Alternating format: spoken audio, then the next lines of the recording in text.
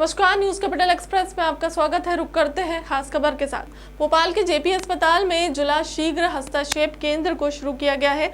इसका उद्घाटन स्वास्थ्य मंत्री प्रभुराम चौधरी ने किया। साथ में पूर्व मंत्री पीसी शर्मा भी रहे। इसी के साथ नवीनीकरण बिल्डिंग का भी लोकार्पण किया गया। बता दें कि आंगनबाड़ी केंद्रों में जिन बच्चों के लिए किसी भी तरह की कोई स्वास्थ्य संबंधी परेशानी होती है, ऐसे बच्चों के लिए आंगनबाड़ी केंद्र से जिला शीघ्र हस्तक्षेप केंद्र लाया जाता है और इसी के लिए केंद्र खोला गया है। इसके अंदर में उन बच्चों का प्रशिक्षण किया जाएगा। उनके लिए किसी भी तरह की नाक, कान, आंख या खांसी की समस्या हो तो उनका यहाँ पर प्रशिक्षण किया जाएगा। केंद्र का शुभारंभ किया गया है, क्या कुछ इसमें? जैसा कि आप जानते हैं कि भोपाल में पूर्व से ही राष्ट्रीय बाल स्वास्थ्य कार्यक्रम के अंतर्गत शीघ्र हस्तक्षेप केंद्र संचालित था।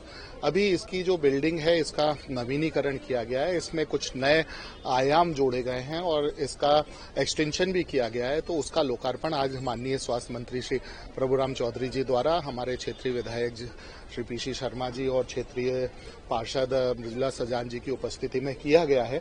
और इस शीघ्र हस्तक्षेप केंद्र में पुरानी हस्तक्षेप केंद्र की तरह सभी सुविधाएं, जिसमें जैसे चाइल्ड साइकोलॉजिस्ट हो, चाहे ऑडियोलॉजिस्ट हो, ऑडियोमेट्री हो, हमारे नेत्र परीक्षण की बात हो, ऑप्थेल्मिक असिस्टेंट्स हो या फिजियोथेरेपी हो, ऑक्यूपेशनल थेरेपी हो, स्पीच थेरेपी हो, इन सभी की सुविधा यहाँ पर उपलब्ध रहेगी। जैसा कि आप जानते हैं कि अगर पहले ही हम जल्दी से जल्दी बच्चों में डायग्नोसिस इन चीज़ों का कर दें, चाहे वो सेरेब्रल पैल्सी की बात हो, चाहे वो डाउन सिंड्रोम की बात हो, तो उनको अगर हम अर्ली इंटरवेंशन करें तो उसमें नतीजे बेहतर हो सकते हैं। इसके अतिरिक्त जैसा कि आप जानते हैं कई बार बच्चे मूक बधिर होते हैं और उनको हम जल्दी पहचान लेते हैं तो हम कॉक्लियर इम्प्लांट उनका करवाते हैं सर्जरी, और सर्जरी के बाद उनकी स्पीच थेरेपी करवाते हैं। आज जैसा कि आपने देखा कि हमारे पूर्व में कॉक्लियर इम्प्लांट किए हुए या पूर्व में हार्ट सर्जरी करवाए हुए या पूर्व में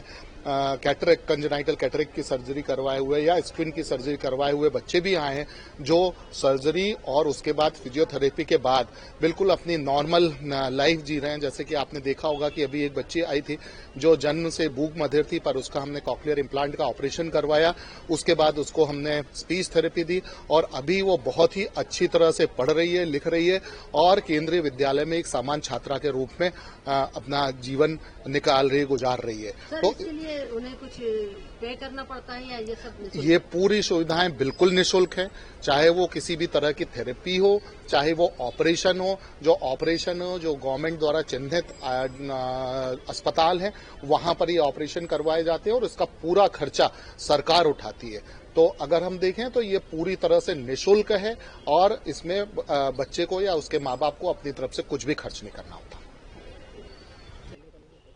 ये आरबीएस की जो हमारी टीम रहती है वो आंगनबाड़ियों में जाती है, स्कूल में जाती है और जो हमारे बच्चे हैं 18 से कम उम्र के जो बच्चे हैं, 5 साल से कम उम्र के जो बच्चे हैं, वहाँ पर जाकर टीम पूरा परीक्षण करती है। और अगर किसी बच्चे में कंजेनाइटल डिफेक्ट, मतलब बर्थ से ही अगर कोई डिफॉर्मिटी अगर कुछ होती है तो उनको इस केंद्र में लाते हैं और यहाँ केंद्र में फिजियोथेरेपी करते हैं। उनको किस तरीके से ट्रीट करना है, चाहे दांत की हो, चाहे हमारे आंख की हो, चाहे और बाल हृदय रोग उपचार, मुख्यमंत्री बाल हृदय रोग उपचार केंद्र होता है जो कोक्लियर, जो सुनाई जिनको कम देता है, उन लोगों के लिए। तो ये नवीन भवन आज बनकर तैयार हुआ है, जिसका आज हम लोगों ने यहाँ लोकार्पण किया।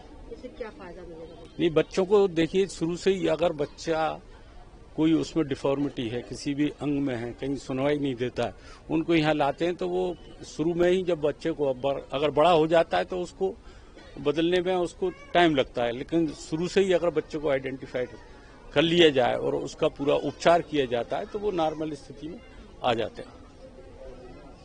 ये बहुत ही अच्छा काम हुआ है। अर्ली इंटरवेंशन, बच्चों का नाक, कान, दांत, आंख, ये बचपन से ही उसको पकड़ के उसको ठीक करने का काम है। हार्ट है, उसका ऑपरेशन है, बहुत अच्छा काम हुआ है। मैं समझता हूँ इससे बच्चों को फायदा हुआ और ये आगे चल के इनको जब युवा होंगे तब इनको कोई दिक्कत नहीं आएगी। बहुत अच्छा काम हुआ है, मंत्री जी को बधाई देना चाहता हूँ। ये क्या है?